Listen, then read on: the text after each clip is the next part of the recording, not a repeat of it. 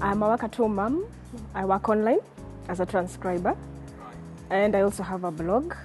So I've been freelancing for the past 3 years, going on 4. And I love what I do. It's enjoyable, it's exciting, and it gets me out of my comfort zone many times. Yeah, and it's something that I'd like many more people to jump on board to.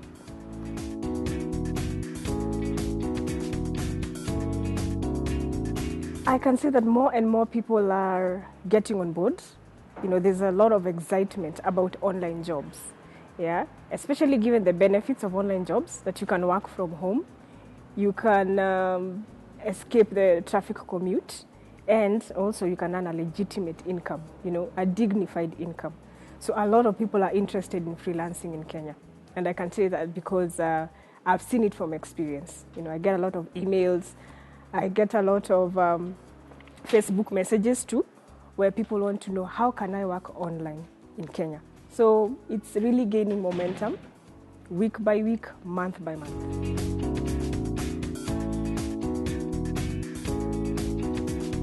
Well, I'm a transcriber or a transcriptionist. It all means the same thing. So that basically means that I convert audio to text. So I listen to an audio file and then I type it out, like in an MS Word document. So this can be a sermon or a webinar or a podcast or a lecture. So a broad range of audio files.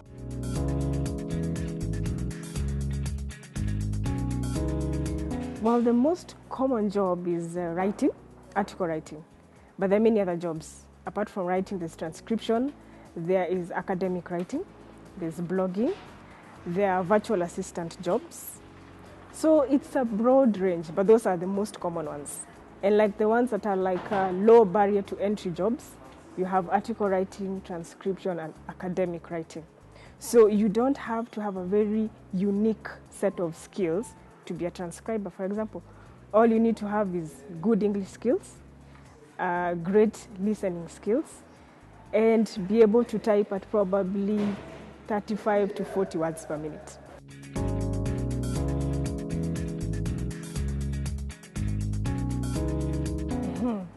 Challenges, number 1, internet.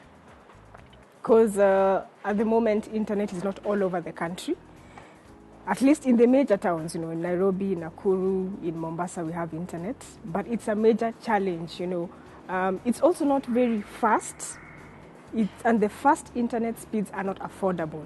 So you find most freelancers are really having a challenge with internet. Apart from internet, also, is for those who are already in the freelancing industry, the work-life balance kind of thing. You get excited at freelancing and you're earning some dollars every week, every month, and you just want to work and work some more. And yet, maybe you have a family. And even if you don't have a family, you still need to take care of yourself. So you find most people are not able to do the whole work-life balance.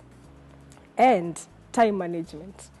Time management is a huge deal for many freelancers, especially with the distractions. In the internet, you have Facebook, you have Twitter, and, once in a while you see that link on Facebook that says something like shocking, MP caught, pants down doing what. And so instead of concentrating on what it is you are doing, you decide to click on that link. So time management is an issue it's a challenge for many freelancers.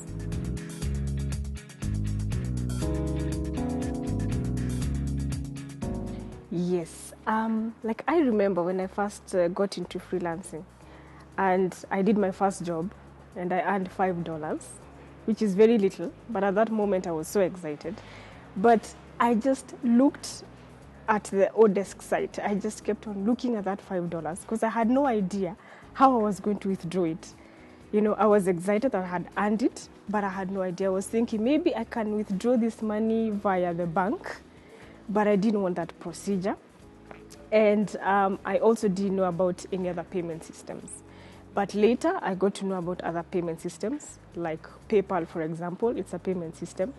But still, there was still a challenge with that because I had to use some agents. They're called M-Pesa agents or middlemen if you want.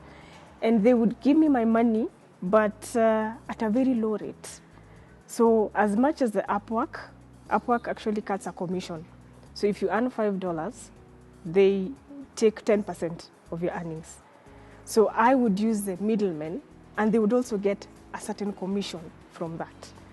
So not only me, but this is a challenge for many freelancers, not knowing exactly how am I going to get this money quickly and also conveniently. Do I have to go to the bank, or is there a way maybe I can get this money on BitPesa? So that's another challenge also for payments.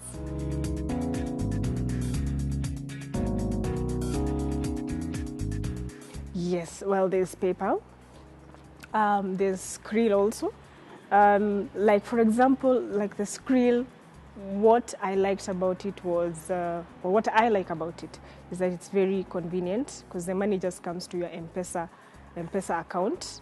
So, and I also don't have to wait for a whooping 8 days, because like PayPal to equity, it takes a whole 5 to 8 days. So if you have an emergency, then what do you do? So we've had to check our money, withdraw our money using PayPal, using Skrill. There's also Pioneer Card. It's a MasterCard. It's also convenient. And I discovered actually that there's this site called BitPesa, which allows me to withdraw the Bitcoins. So I have those two options. I can either check my money using PayPal or using BitPesa. PayPal takes longer, BitPesa is faster.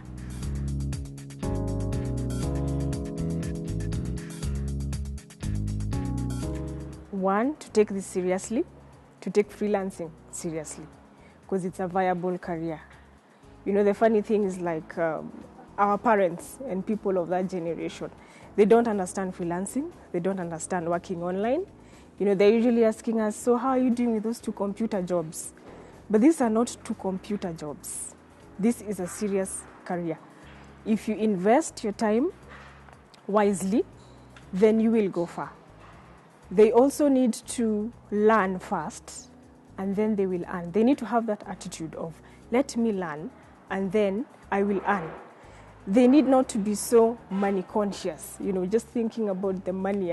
How much can I earn from this? How fast can I earn it?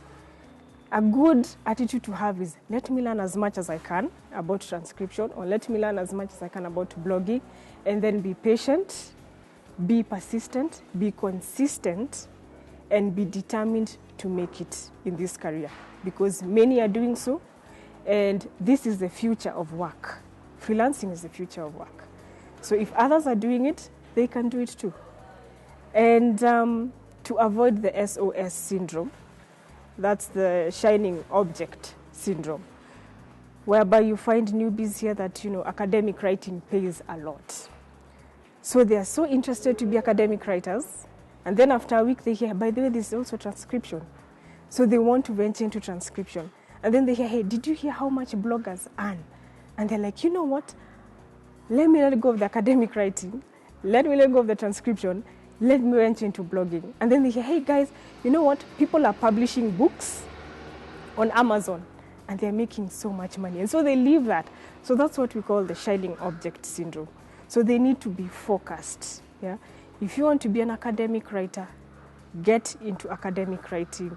Learn as much as you can about it, and invest your time in it.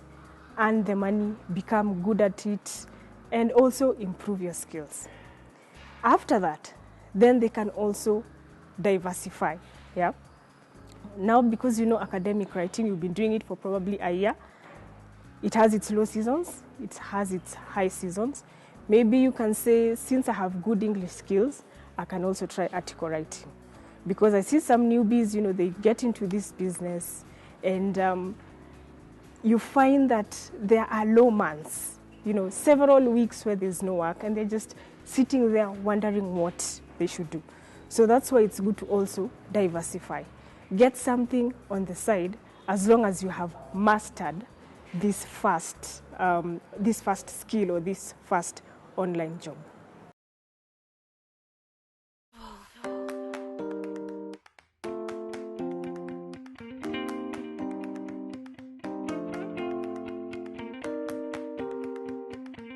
Okay, I'm Daniel Nyairo. I'm a writer. I write about Bitcoins. I write marketing pieces, blogs, on anything to do with Bitcoin. Yeah, I'm a father, husband. I have 2 kids. Yeah, that's who I am. I won't say it's tough, but I will also not say that it has been easy. But yeah, the kids are there, my job is there. The only challenge is that as a freelancer, you are working at home, and the kids are there, and the kids don't understand that there are times that nobody should interrupt because you are doing something. And then, yeah, there are those interruptions that come from kids. I'll say that's a challenge. But I'll say I enjoy it, that I work at home and I'm with my kids most of the time. Yeah, I think that part is cool.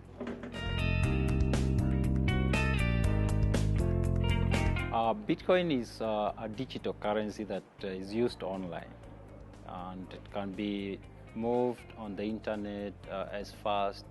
You can send it from here to any part of the world in an instant. It doesn't take time like dollars, for example. Yeah.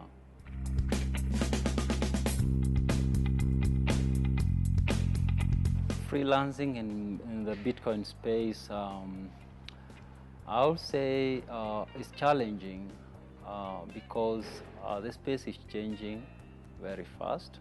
That's one. Two, understanding Bitcoin is not easy. You see, it's like an onion. You get to know this, but there's something else under that, and then it becomes very technical at the base. So writing about it might need you to do a lot of research, and it's not research that you just have work to do now and you think you'll spend like 2-3 hours and everything is okay. It's a research that may take you years. There are people who have been researching Bitcoins for past 3 years, but they still tell you, okay, there are areas they don't understand. So from that angle, writing about Bitcoin is still a challenge, because it's still there are a lot of things that you need to learn to have the ideas with you when you go out writing. Yeah, so from that angle, it's very challenging.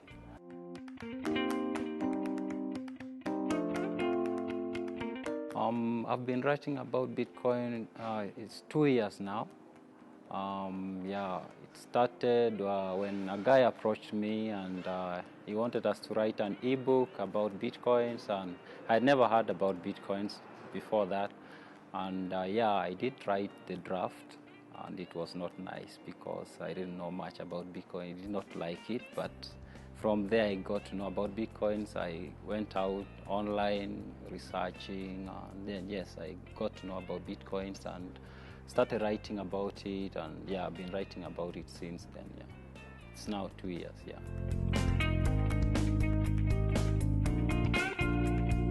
In Africa, as much as there is a belief out there that Bitcoin will perhaps be the technology that Africa has been waiting for, as of now, we won't say that there's much that is happening, but yes, it is. People are knowing about it.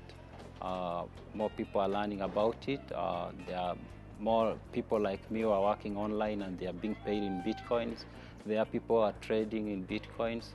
So I would say, yeah, the activity is still low, but things are changing with time. Yeah, in a few years, Bitcoin will be something that many people will be using in Africa, I would say.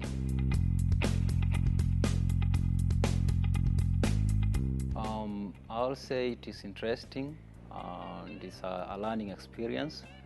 I've been writing about Bitcoin for the last 2 years now, and I've learned a lot during that time.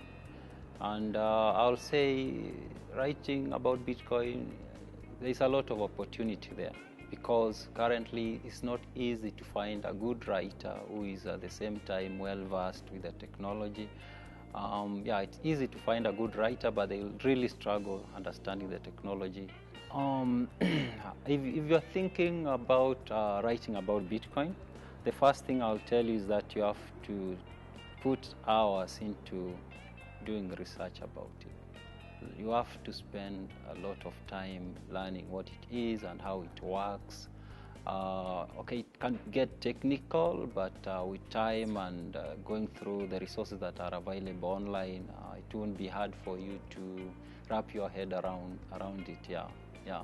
And there's a lot of opportunity in writing about Bitcoin because, as I said, there aren't many people who are good writers, and at the same time they understand the technology. You can get someone who writes very well, but they'll struggle understanding the technology. On the other hand, you'll find someone who understands the technology very well, but they can't write. They can't put it down in a way that will be interesting to read. So there's an opportunity there if you want to write about Bitcoin.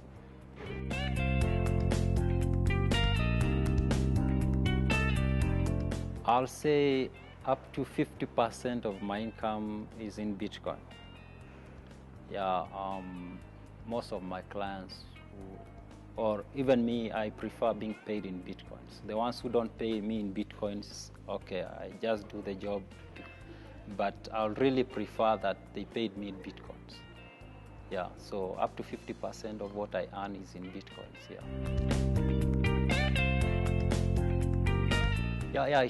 when you're talking to your clients, you might, especially if, of course, you are writing about Bitcoins and they are interested in Bitcoins, that means they are in that space. So it won't be hard for them to say, yeah, we'll pay you in Bitcoins, yeah, because they are in that space.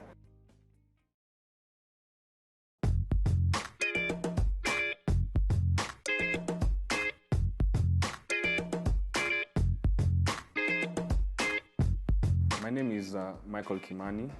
I'm from Nairobi, Kenya, and I love life. I love learning. I love finding out about new things. I love discovery. I love the thought of something new every day. That's what drives me.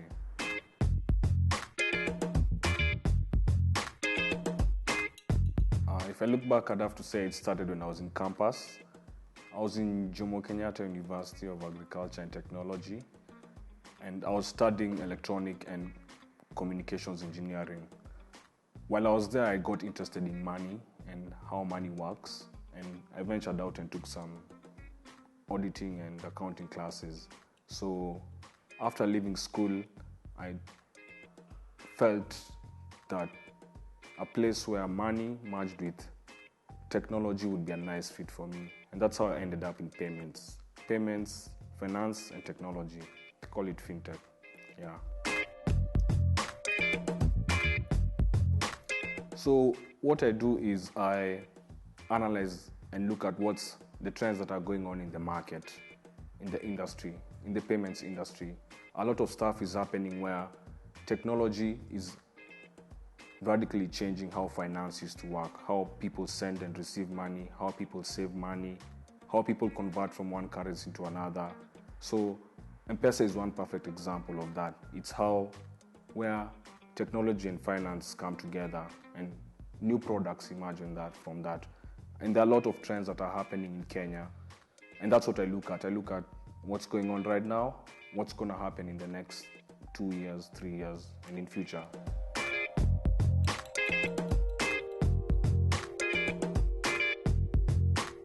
So Kenya is very interesting because we have a large population that has access to internet, and that has opened up opportunities for people to work online. And that's what I've been looking at recently, how people work online and how they receive money.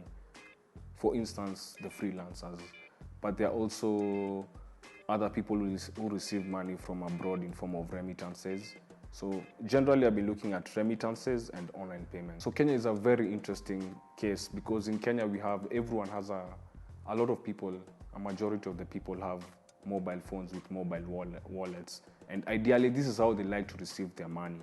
But the problem is freelancers working online have to go through all these payment channels. They use these methods to access their money, but these methods are disconnected from how they'd like to receive their money.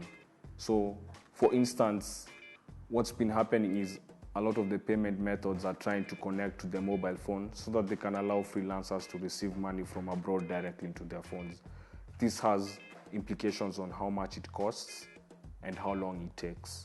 And looking at this industry, I've observed some trends on how much it costs to receive money in Kenya and how long it takes using different methods.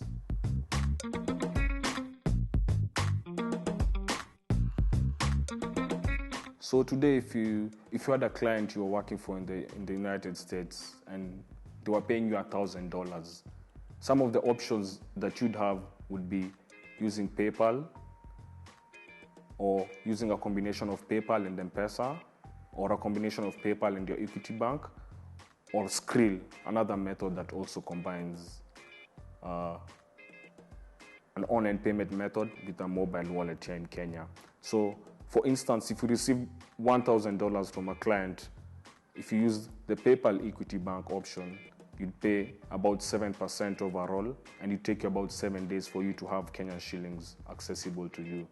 If you decided to use a PayPal to BitPesa option, which is an option that's available from intermediaries here in Kenya, you'd pay about 16%. And what you'd get from instead of getting 102,000, you'd get about 85,000 Kenyan shillings in your BitPesa. So that's a huge gap between how much you expect to get versus how much you actually get. If you decided to use Skrill, for instance, you'd pay about 10%. So from the 102,000 that you'd expect to receive, you get about 91,000. So it costs about 10% to receive money in Skrill. But what's been interesting here in Kenya is now there's another alternative. There's a new currency, an online digital currency that's called Bitcoin, and it cuts down drastically the cost of receiving money in Kenya and how long it takes. So, for instance, if you decided to receive the same $1,000 here in Kenya, you'd get 99,000 out of the 102,000 that you're expecting to get. Yes.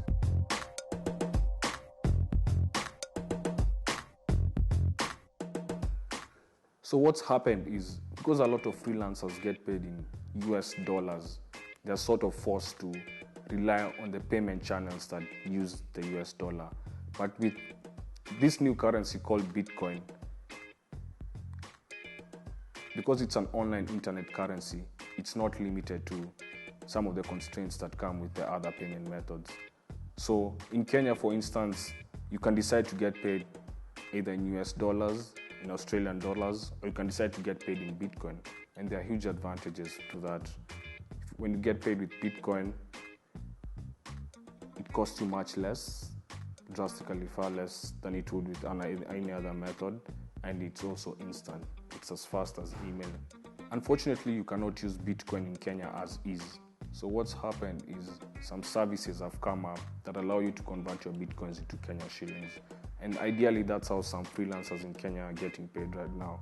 You receive your $1,000 out of Bitcoin and you convert it into Kenya shillings in a way that's usable. And that's what's been happening in Kenya.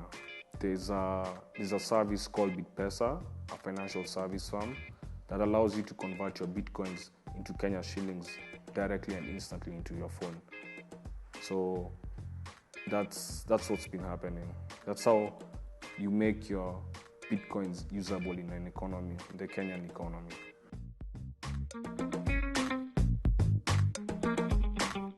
So I've spoken to a lot of people on the ground, like freelancers, and what always emerges is they're looking for a low-cost way to access their money. So they're looking at saving money. They've worked hard for their earnings, and they'd like to get as much of that as they can.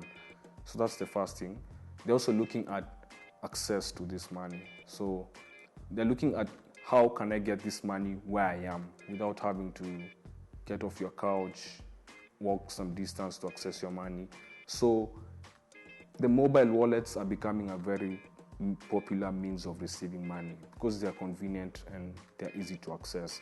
So what I'm observing in the space is payments are being directed to mobile wallets. If you can do that as a service, then you've won the hearts of your people, of your clients rather.